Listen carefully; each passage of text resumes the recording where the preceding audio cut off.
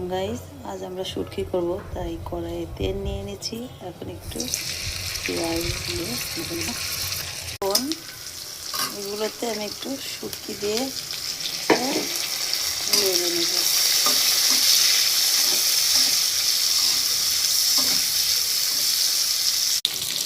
এখন সব মশলা দিয়ে দিব একে একে।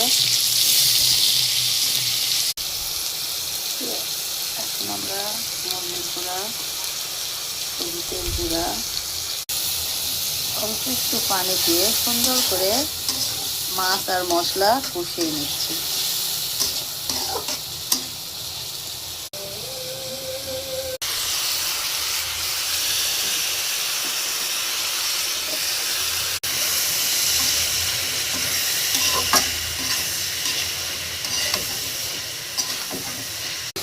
আমাদের তরকারি, শুটকির তরকারি কত সুন্দর হয়ে গেছে। একটু পানি দিলাম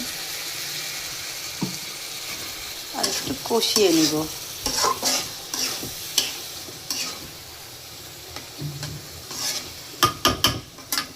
আমাদের শুটকি তরকারি হয়ে গেছে। এখন আমাদের ফাইনাল শুটকির তরকারি লুকটা কত সুন্দর লাগছে।